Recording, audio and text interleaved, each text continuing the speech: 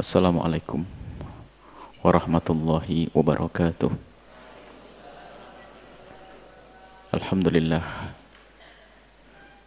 nahmaduhu wa nasta'inuhu wa nastaghfiruh wa na'udzu billahi min syururi anfusina wa min sayyiati a'malina. May yahdihillahu fala mudilla lahu wa man yudlil fala hadiyalah. Wa asyhadu an la ilaha illallah wahdahu la syarika lah. Wa asyhadu anna sayyidana Muhammadan abduhu wa rasuluh. Allahumma salli wa sallim ala habibina sayyidina Muhammad wa ala alihi wa ashabihi wa tabi'ina lahum bi ihsani ila yaumiddin.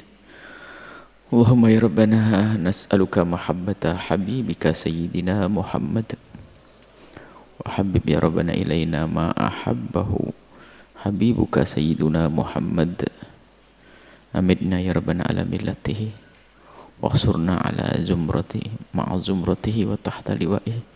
Urzuqna ya rabbana taubata qabla al-maut wa syahadata 'inda al-maut wal jannata ba'da al-maut. Amma ba'd.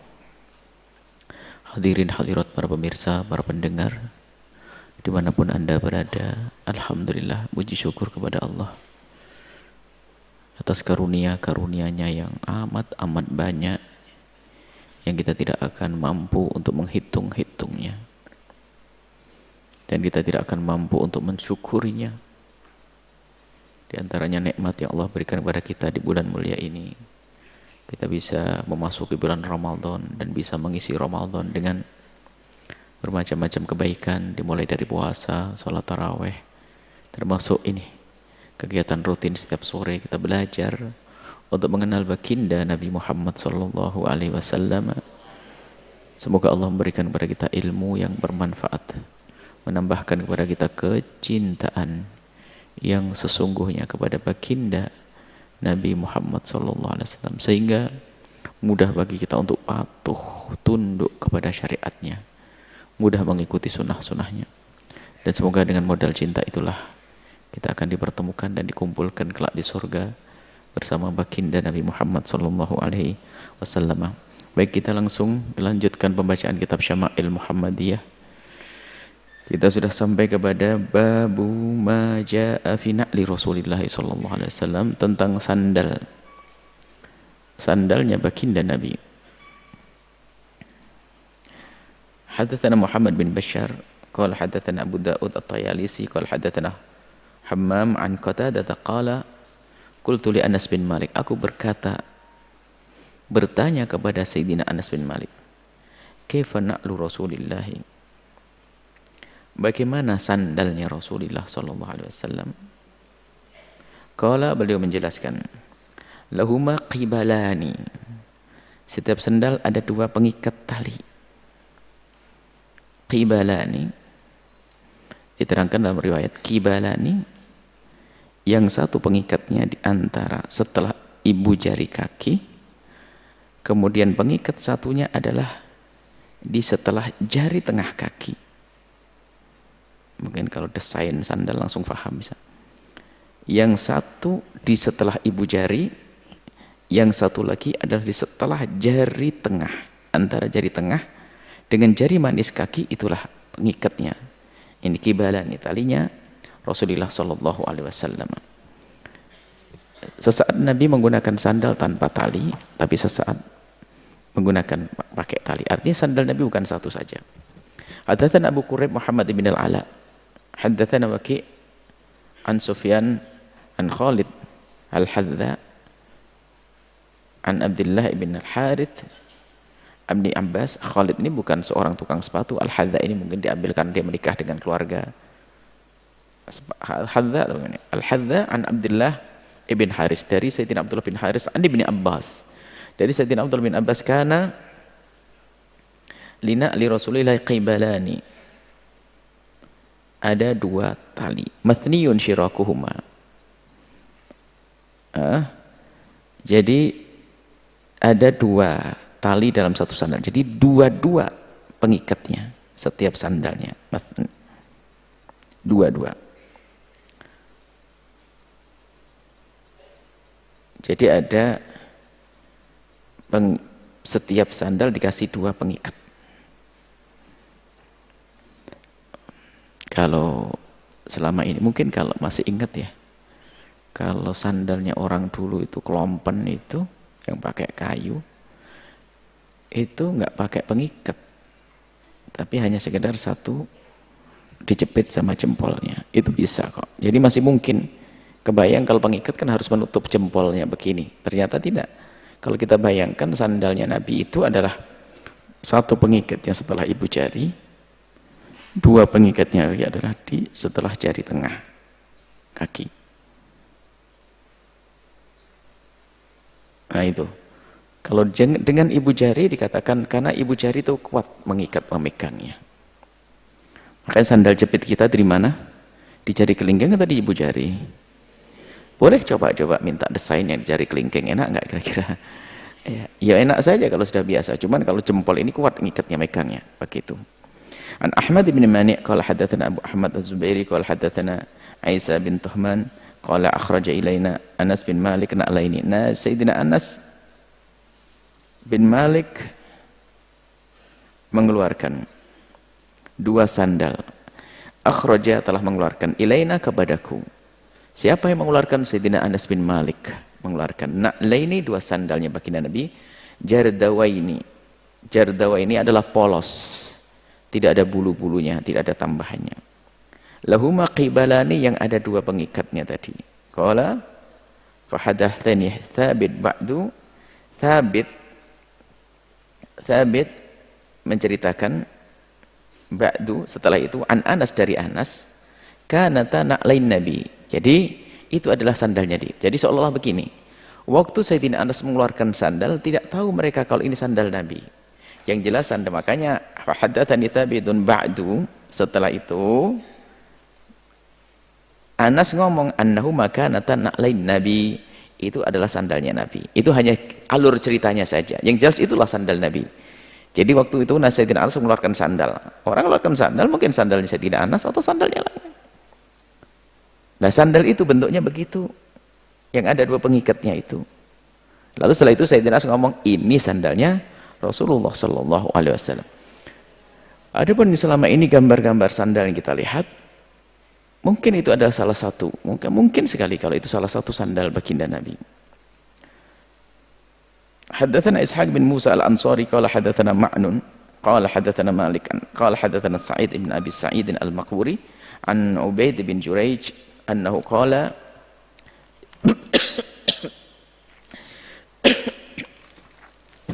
berkata kepada Sayyidina Abdullah bin Umar, ra'aituka talbasun ni'ala sabtiyat. Sayyidina Ubaid bin Jurayj menegur, bertanyalah kepada Sayyidina Abdullah bin Umar, hai Abdullah bin Umar, engkau menggunakan sandal sabtiyah? Sibti, yakni dinisbatkan kepada sibit. Sibit itu adalah sandal yang di situ ada bulu-bulu yang ditempelkan di dalamnya, bulu yang menempel di dalamnya. Ya, kalau sibit itu kulit, sibit itu kulit sapi. Kulit sapi yang disamak, kulit sapi jadikan sandal. Jadi sandal dari kulit sapi yang masih ada bulu-bulunya. Nah inilah apa Sayyidina Abdullah bin Umar pakai sandal kayak itu, sandal sibtiyah. Sayyidina Abdullah Umar waktu ditanya menjawab, inni ra'aitu Rasulullahi, aku melihat Rasulullah itu yalbasun ni'ala, aku melihat Rasulullah itu menggunakan sandal laisa fiha sya'run, sudah tidak ada rambutnya. Jadi sandal sabtiyah itu semula daripada kulit yang berbulu, kulit yang disamak dari sapi, kemudian dibersihkan setelah itu. Rata-rata sekarang kita pakai sandal kulit yang nggak ada bulunya. Kalau ada bulunya gimana? Sudah dibersihkan, diolah. Jadi Nabi menggunakan sandal seperti itu, sandal kulit ya, yang sudah dibersihkan bulunya. Wa yatawaddau fiha, kemudian Nabi berwudu. Fa ana uhibbu an albasaha, aku senang untuk menggunakannya ya dalam irama meniru kepada Rasulullah. Jadi idolanya Nabi pakai begitu, aku pakai begitu juga. Baik, kemudian haddatsana Ishaq bin Mansur qala haddatsana Abdul Razzaq an Ma'mar an ibn Abi Dhi'b an Salih bin Maula at-Tawamati an Abi Hurairah, dari Sayyidina Abi Hurairah, kana lina Rasulullah yaqibalani, lagi diulang bahwasanya Nabi Muhammad itu punya sandal ada pengikatnya dua tadi. Waqad taqaddama, sudah berlalu ceritanya ini. Haddatsana Ahmad bin Mani qala haddatsana Abu Ahmad haddatsana Sufyan an Suddi haddatsani man sami'a Amr ibn Khuraith, aku telah memberitahu kepadaku orang yang mendengar langsung dari Amr ibn Khuraith, yaqulu, berkata, yaqulu, dia berkata, ra'aitu Rasulullahi, aku melihat Rasulullah yusalli, melakukan salat, fi na'laini, di dua sandal beliau, makhsufataini, yang mahsuf itu, khasaf itu yang dilubangi dengan jarum, dilubangi dengan jarum, dikasih pengikat di antara lubang-lubangnya. Ini. Jadi sehingga antara bagiannya dengan bagian yang lain itu terikat. Mungkin ada gambaran betul kalau kita melihat ada kelompen itu nggak pakai apa-apa, hanya kayu, nonjol saja begitu. Ada sandal yang nggak ada pengikatnya sama sekali.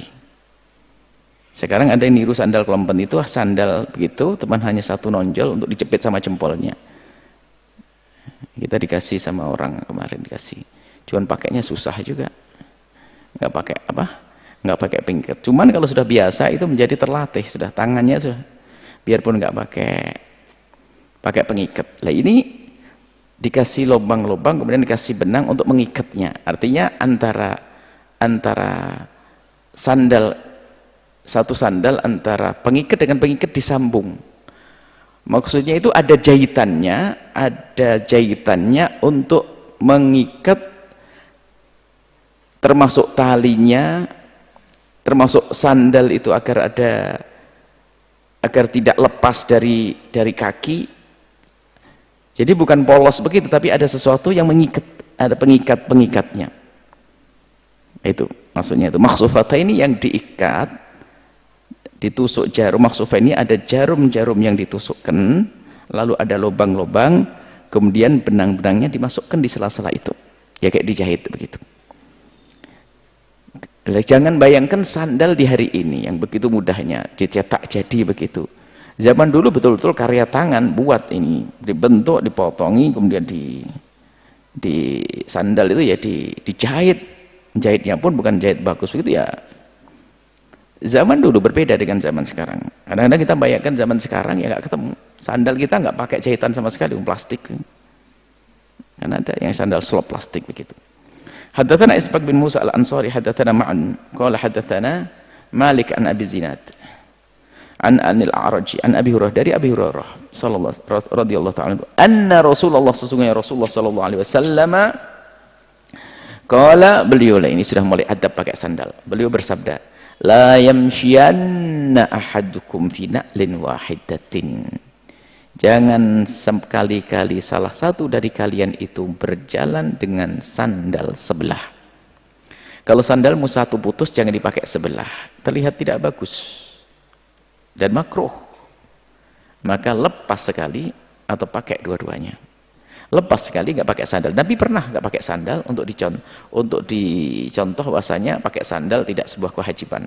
Nabi pernah tidak pakai sandal. Khususnya di saat menghadiri acara tertentu, bahkan acara walimah, Nabi pernah tidak pakai sandal. Waliyun'ilahuma, hendaknya menggunakan sandalnya dua-duaan, jami'an auli yukfihima jami'an, atau dilepas semuanya. Jadi dipakai dua-duanya atau dilepas semuanya. Ini adabnya.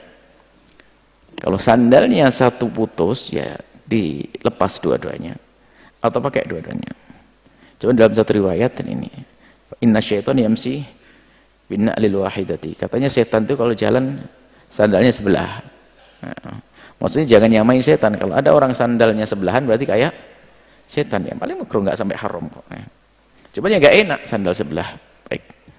Hadis selanjutnya, haddatsana Ishaq bin Musa qala haddatsana Ma'nun qala haddatsana Malik an Abi Zubair an Jabir dari sayyidina Jabir bin Abdullah anna Nabiy sallallahu alaihi wasallam sesungguhnya baginda Nabi itu melarang ayyakula seseorang untuk makan, yakni rajul seseorang bishimalihi dengan tangan kirinya. Nabi melarang, tapi larangan ini bukan sebuah larangan keharaman tapi makruh. Yang ada yang mengatakan haram. Ahli zahir selagi ada nas jangan ya jangan.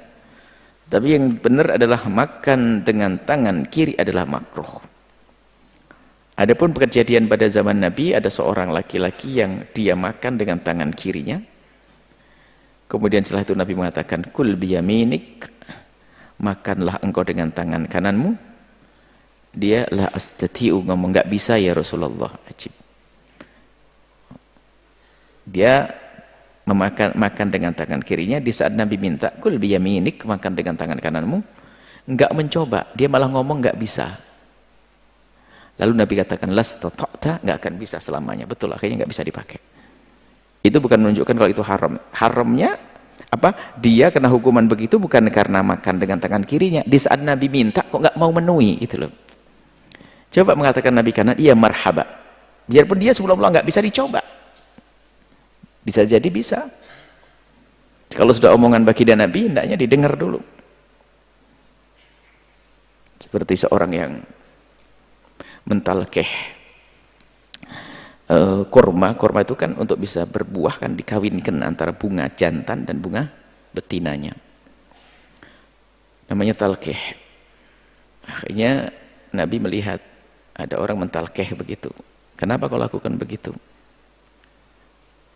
Tidak, kau biarkan saja. Laki-laki itu menjawab, kalau tidak begini nggak bisa berbuah ya Rasulullah. Oh ya sudah, antum a'lamu bi umuri dunyakum, engkau lebih tahu tentang urusan duniamu. Kalau seandainya orang itu pasrah, marhaba ya Rasulullah, ditinggal akan buah itu. Akhirnya sampai hari ini yang namanya kurma harus ditalkeh. Ketika bunga pejantannya kalau dikawinkan, apakah ditepuk-tepukkan atau bagaimana, biasanya yang mentalkeh itu adalah kupu-kupu atau burung di kakinya dan sebagainya. Allah Maha Kasih. Cuman kalau sudah pertanian intensif dilakukan dengan kerjaan manusia, biar pasti bahasanya itu telah dibuahi. Ini dia mengatakan nggak bisa ya Rasulullah, kecuali harus begini kan. Ya sudah kalau begitu, antum a'lamu bi umuri dunyakum, kamu lebih tahu tentang urusan duniamu. Baik. Jadi kalau sudah Nabi bersabda, hendaknya didengar dulu, jangan mengatakan tidak bisa. Apapun sudah Nabi, jangan mengatakan aku nggak bisa melakukan, sudah coba. Mencoba saja sudah dapat pahala kok. Wa ayyam syi'a fi na'lin wahidatin, Nabi melarang saat berjalan dengan sandal sebelah. Jangan lakukan. Haddatsana Qutaibah an Malik, dari Qutaibah bin Malik.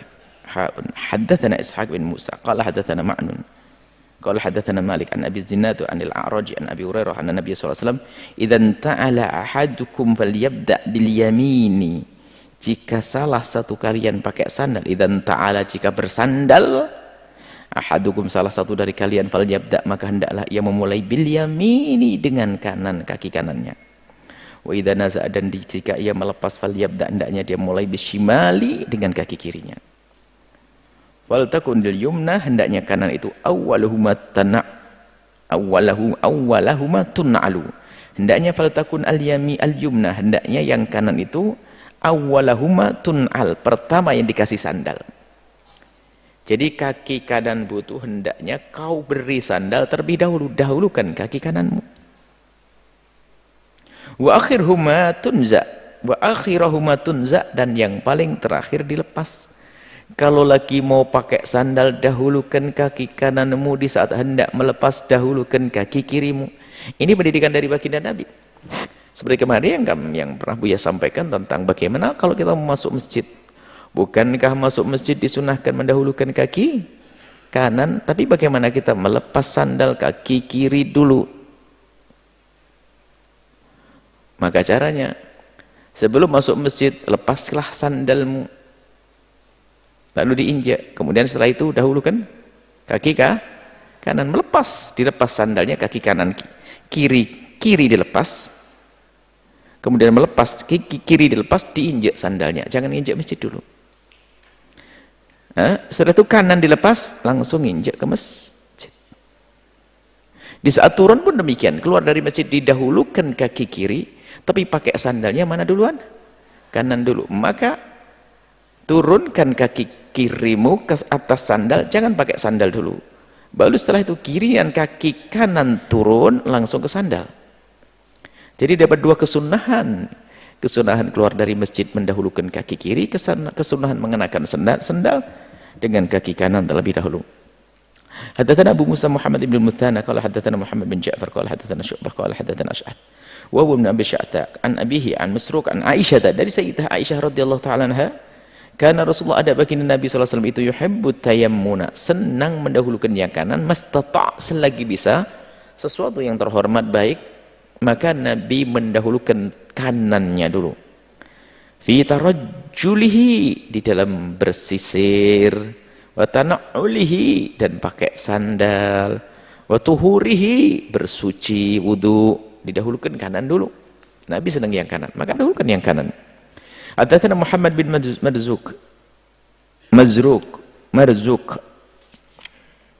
Abu Abdullah qala haddatsana Abdurrahman bin Qais Abu Muawiyah qala haddatsana Hisham an Muhammad an Abi Hurairah radhiyallahu anhu qala kana li Rasulillahi kibalani wa Abi Bakrin wa Umar, ada tangan baginda Nabi, ada sandal baginda Nabi itu dengan dua tali. Begitu juga Sayyidina Abu Bakar dan Sayyidina Umar. Wa awwalu man aqada 'aqdan wahidan, dan pertama yang membuat sandal dengan satu pengikat adalah Utsmanu, Sayyidina Utsman.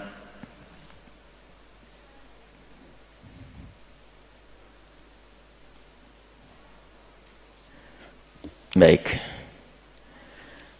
Heboh di akhir-akhir ini tentang sandal baginda Nabi, tentang rambut baginda Nabi dan sebagainya. Masya Allah, adalah masalah ngambil keberkahan tabarruk dari rambut Nabi tidak bisa dipungkiri. Riwayat sahihah, rambut baginda Nabi, bekas wudhu kemarin juga, wudhu baginda Nabi, termasuk segala yang menempel di baginda Nabi, jubah baginda Nabi sah.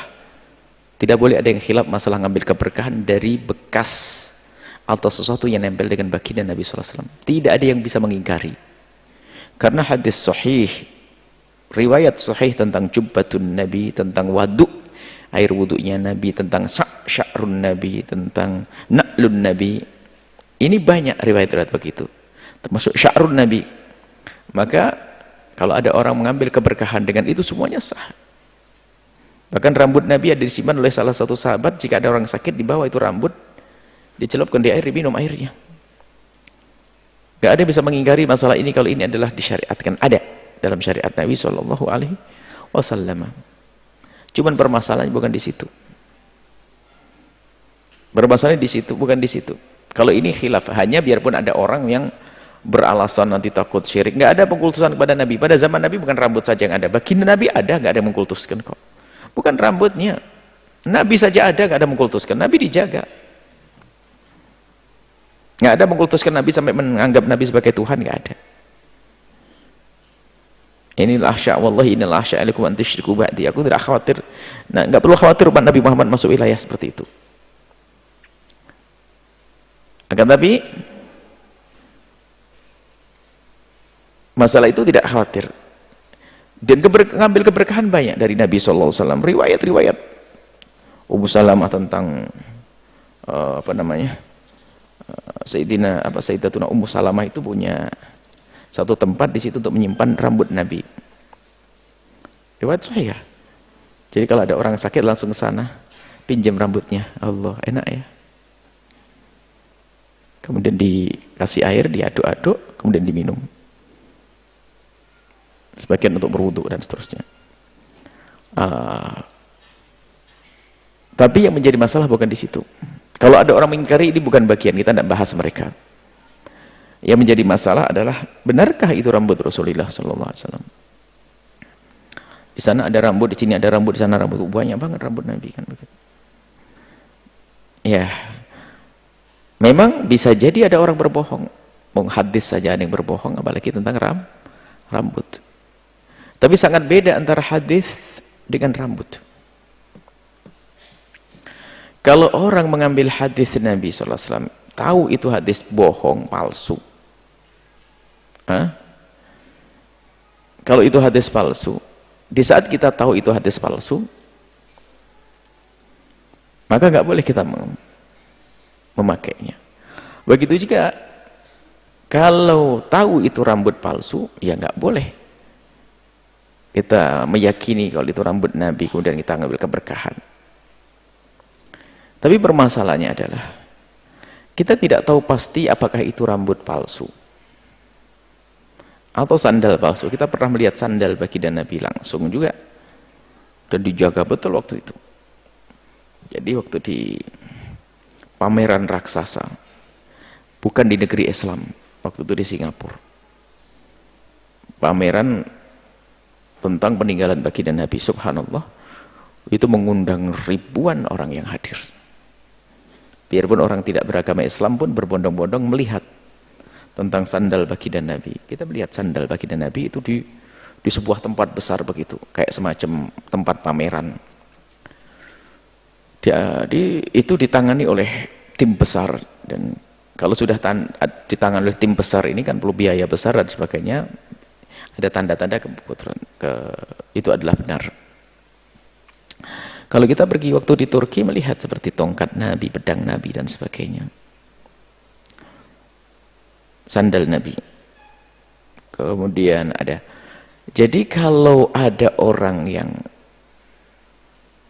tidak yakin pasti kalau itu palsu, maka kalau berhusnudzon bukan sebuah yang salah.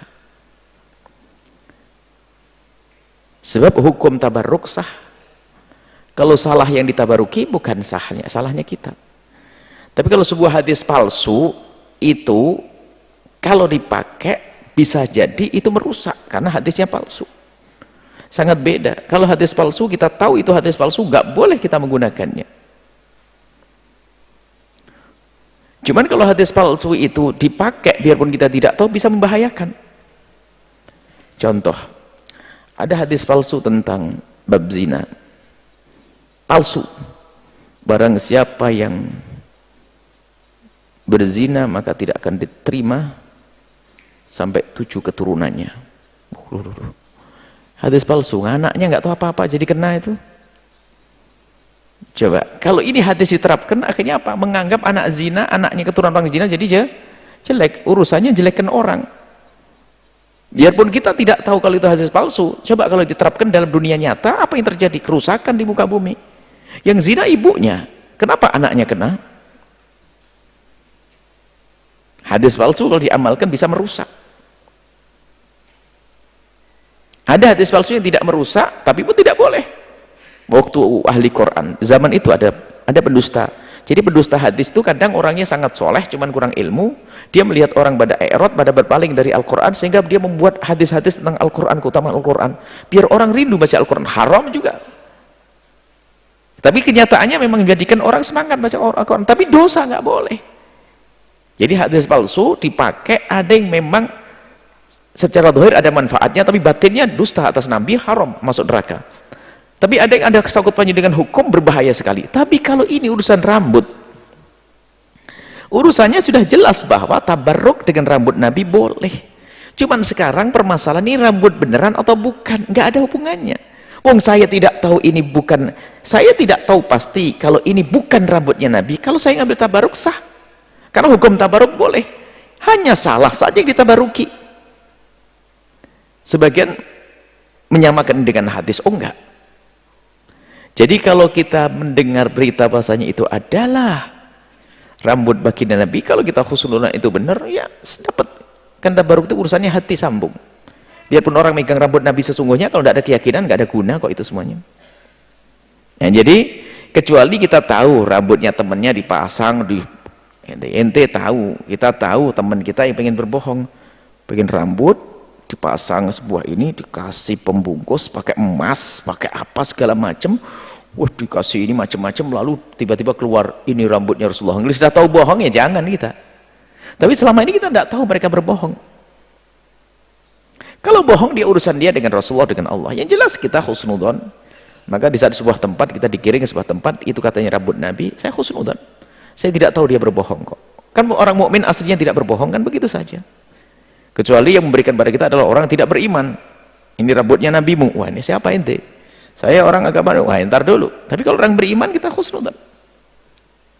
Jadi berkenaan dengan hal-hal yang selama ini kita dengar tentang tongkat Nabi ini semuanya, selagi kita tidak yakin kalau itu bukan milik Nabi, maka kita boleh ngambil keberkahannya. Tapi kalau sudah yakin itu bukan milik Nabi, maka nggak perlu lagi di situ. Kemudian yang selanjutnya yang kedua adalah, jika itu miliknya baginda Nabi, apakah boleh kita mengambil keberkahan daripada selain baginda Nabi SAW? Ini khilaf besar di antara para imam. Maka sebagian mengatakan boleh, ini adalah sesuatu yang dulu pernah dipakai oleh seorang yang soleh, ngambil keberkahan. Tabarruk, ngambil keberkahan dari atharnya orang soleh. Yang mengatakan tidak mau, nggak ada masalah. Oh, ini adalah masalah khilaf kok. Tapi yang meyakini tentu ada hujah-hujahnya. Miliknya Syekh Abdul Qadir Jailani, tongkatnya Abdul Qadir Jailani seperti ini, tongkatnya siapa? Orang-orang soleh. Bagaimana ngambil keberkahan kita? Dengan memegangnya, kemudian mengambil atharnya. Bukan kita menyanjung, bukan kita mengagungkan, lalu mengagungkan maknanya seperti menyembah-nyembah, tidak. Ini adalah atharnya orang soleh. Sebagian tidak mau, nggak apa-apa. Tapi sebagian mengatakan boleh. Karena Nabi, kita ngambil keberkahan dari Nabi karena kesolehan Nabi, kebaikan Nabi dan ulama pewarisnya Nabi, maka kita boleh. Dan itu juga yang dilakukan seorang Nabi besar, Sayyidina Zakaria, waktu tahu bahwasanya Siti Maryam itu adalah bukan seorang Nabi. Tapi Maryam punya kelebihan. Waktu berada di tempat ibadah, kok ada makanan musim dingin di musim panas, aneh. Akhirnya Sayyidina Zakaria pengen punya anak. Kayaknya tempat yang ditempati Maryam tempat luar biasa. Huna, disitulah da'a Zakaria Rabbahu, disitulah Sayyidina Zakaria mohon kepada Allah di tempatnya siapa? Sayyidatuna Maryam. Ini adalah hujahnya. Tidak perlu saling menghujat dengan hal-hal yang semacam ini. Yang penting, yang jelas harus orang-orang benar-benar soleh. Nah, kalau bekasnya Fir'aun ngambil berkahan, ya nggak ada. Ya orang soleh. Orang soleh itu bagaimana disebut soleh? Karena dia sambung dengan siapa? Baginda Nabi Muhammad SAW. Itu mungkin yang perlu kita fahami tentang ngambil tabarruk dengan atharnya orang soleh, jubahnya orang soleh. Sah-sah saja. Jubahnya ulama besar. Cuman saya ingat suatu ketika ada seorang, saking polosnya ini, orang ngambil keberkahan miliknya sang kiainya. Akhirnya karena kiai itu betul-betul luar biasa, cuman muridnya kebetulan nggak punya perasaan. Akhirnya bajunya itu saja satu, nggak pernah punya baju. Kalau punya baju lebih langsung diambil sama orang, ambil keberkahan. Ya itu siapa yang punya baju? Syekh, bajunya berkah. Oh iya. Ini kok idah ngambil berkah itu salah. Kalau ente ngambil berkah, miliknya orang besar dimanapun berada, harus punya adab dong. Kalau pengen ngambil anduknya, ganti anduk lebih bagus biar nanti dipakai yang lainnya. Jangan anduknya kau ambil, dia nggak punya anduk nanti. Kamu bawa anduk yang lebih bagus daripada anduk yang bakal kau ambil, jas yang kusut miliknya sang kiai kau ambil. Diukur yang bagus, kirim lebih bagus lagi daripada itu. Nanti jas yang kau berikan itu akan dipakai, diganti yang lainnya. Oh jangan sampai kiainya kehabisan baju. Langsung datang kiai berkah-berkah sorbannya. Ya kiainya orang baik dikasihkan, tapi ente tidak tahu diri. Jadi pernah saya ingatkan ada satu orang, ada dengan kita seorang sepuh. Ya kita mengingatkan karena bukan urusan dengan saya. Orang sepuh dia pakai sorban dan sangat dikagumi, dihormati. Kemudian ada seorang kiai ngambil berkah sorbannya. Saya kayak kiai mau naik ke mimbar dia mau berdoa dan sorban hiasan bagi seorang kiai ditumpangkan di pundaknya. Tapi bilang, Mas, kalau ingin ngambil berkah saya, ambil sorbannya, ganti sorban yang lebih bagus. Kiainya mau naik mimbar. Disunahkan kalau lagi ngajar dengan hiasan, ambil sorban yang mahal, yang bagus, kau tumpangkan di pundak kiai, baru sorbannya kiai yang jelek kau ambil. Jangan diambil kiainya pakai sorban nanti ke atas. Langsung, iya dong, main ambil saja. Kalau kiainya iya saja, kiai baik itu. Harus punya adab, habis nih ngambil keberkahan. Bahaya lagi, semuanya ngambil keberkahan. Ini berkah kiai. Baik, banyak. Jadi masalah keberkahan itu ada, harus kita yakini. Keberkahan ada. Atharus sholihin, bekasnya orang-orang soleh. Yang tidak boleh adalah kita berlebihan, lebih senang dengan barangnya daripada petuahnya. Lebih senang dari barangnya daripada petuahnya. Omongannya ini hanya pura-pura, wah ini kenangan dari kiai, tapi tidak pernah dengar omongannya. Ini kenangan model apa itu? Kenangan yang paling istimewa adalah mengamalkan ilmu petuah yang diberikan oleh sang kiai. Biasanya itu hanya sekedar bangga-banggaan saja kalau dia dekat-dekat dengan ulama. Ini just dikasih tahu, dikasih sama seorang alim. Oh, dikasih, iya. Cuma dia hanya pengen numpang saja kebesaran sang kiai, padahal dia gak sambung dengan kiai tersebut, hanya sambung jasnya saja. Atau jubah, ini jubah dikasih kiai sana, saya ngumpulkan semuanya ini, Masya Allah. Padahal petuahnya gak pernah dengar. Kemana-mana bukan cari ilmu, cari jubah. Kolektor jubah ustad. Saya punya ini jubahnya kiai dari sana, jubahnya kiai dari sana. Bangga dia. Yang bangga itu adalah aku telah mengambil ilmu dari Syekh Fulan, ngambil ilmu dari Syekh Fulan, bukan ngambil jubahnya. Kalau ngambil jubahnya nanti bisa saja sudah banyak, akhirnya buka showroom jualan jubah sang kiai, dilelang nanti mahal itu, kacau lagi nanti. Jadi urusan sebetulnya masalah keberkahan itu akan baru berarti jika hati kita ada keterikatan batin dengan orang yang kita husnudhoni, baginda Nabi, sahabat Nabi, dan juga para ulama-ulama. Kalau tidak ada husnudhon, hanya basa-basi, nggak sah, nggak berlaku. Husnudhon betul. Husnudhon bahasanya Allah mencintai orang itu, dan semoga dengan kebaikanku terhadap orang ini aku dicintai oleh Allah. Mengabdi, khidmah. Maka khidmah itu bukan pengen disanjung, karena husnudhon. Ulama yang kita khidmah ini adalah dekat dengan Allah, maka saya khidmah karena Allah, bukan karena dia, bukan karena beliaunya, bukan. Begitu juga dengan baginda Nabi. Makanya biarpun orang hidup dengan Nabi, ngelihat Nabi setiap hari, ya nggak ada artinya bagi dia. Karena apa? Dia nggak ada hati dengan baginda Nabi, nggak ada husnudhan dengan baginda Nabi. Abu Jahal, Abu Lahab, dan yang lainnya. Baik, ini adalah masalah sandal Nabi. Kebetulan akhir-akhir ini berita banyak tentang ada tim membawa apa? Ya, kita tidak bisa mendustakan. Saya tidak punya hujah untuk mendustakan. Karena tidak tahu, setiap orang kan koneksinya beda-beda. Saya tidak boleh mengiaskan koneksi orang dengan koneksi saya. Saya punya koneksi terbatas. Tapi mungkin ada orang yang bisa komunikasi dengan presiden yang ada di Turki, mungkin bisa koneksi dengan presiden yang ada di Dubai, pinjam ini, mungkin saja. Tapi saya nggak bisa. Saya tidak bisa mengumpulkan begitu, nggak. Makanya mungkin saja orang itu benar. Tapi kalau mungkin dusta, kita tidak. Orang mukmin aslinya bisa dipercaya, sudah. Kita percaya saja, ambil keberkahan. Seperti itu berkenaan dengan adab kita menyikapi tentang rambut Nabi yang selama ini kita dengar. Cuman kadang-kadang memang ada sedikit pertanyaan, oh di sini kok ada? Sebab selama ini kita sudah menemukan ada berapa banyak orang yang mengaku bahwasanya dia punya rambut baginda Nabi. Dan ditunjukkan kepada kami. Kok banyak banget yang saya, padahal koneksi saya sangat terbatas. Saya bukan orang yang keliling, suka kesana kemari, suka melancong. Tapi ada beberapa orang yang kita temui punya rambutnya Nabi. Kalau seandainya saya melancong, jangan-jangan lebih banyak ribuan lagi. Akhirnya pertanyaannya benar atau tidak, kan begitu. Akhirnya kita buang itu semua, kita tepis. Semoga benar. Kalau nggak benar pun yang penting ini rasa tersentuhnya hati itu kan, semoga itu tanda cinta kok. Di saat menyentuh sandal Nabi, biarpun itu bohong, kalau kita gemetaran ada rasa, berarti insya Allah ada mahabbah. Itu rambut Nabi. Biarpun dibohongi, yang salah yang bohong, bukan kita. Kita itu sambung kok, gitu saja selesai. Yang nggak boleh adalah yakin itu bukan milik baginda Nabi lalu kita percayai.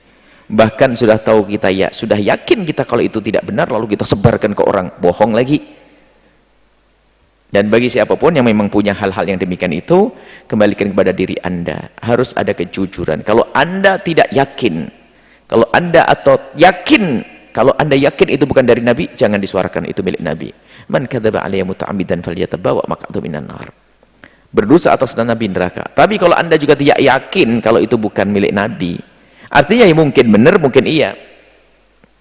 Ya biasa-biasa sajalah, artinya ya tidak terlalu besar dalam mengeksposnya, khawatir itu bohong. Dan juga di saat Anda hormati, Anda muliakan, Dan jangan ditaruh di sembarangan, jangan-jangan benar. Seperti itu adabnya. Tapi kalau untuk menyeru besar-besaran, ntar dulu. Membawa kecintaan kepada baginda Nabi, hendaknya kita bawa kepada syariat baginda Nabi Shallallahu Alaihi Wasallam. Kadang orang yang secara zahir dari mana dia dapat? Apalagi orang itu ada tanda-tanda kebohongannya, hati-hati. Tanda kebohongan misalnya apa? Orang yang tidak pernah jauh kemana, dia punya semuanya. Tongkat Nabi Musa punya, ajib tongkat Nabi Musa. Pusing saya, tongkat Nabi Musa. Hah? Orang Palestina aja nggak punya. Ada nih, jadi ini tongkatnya Nabi Musa. Kemudian ini kayu, ini dari kayunya Nabi Nuh. Macam-macam. Wah, hebat luar biasa. Jadi kalau sudah ada tanda-tanda kebohongan, ya khawatir semuanya bohong, ya tinggalkan saja orang semacam itu. Ini saja rambu-rambunya ya. Wallahu a'lam bishawab.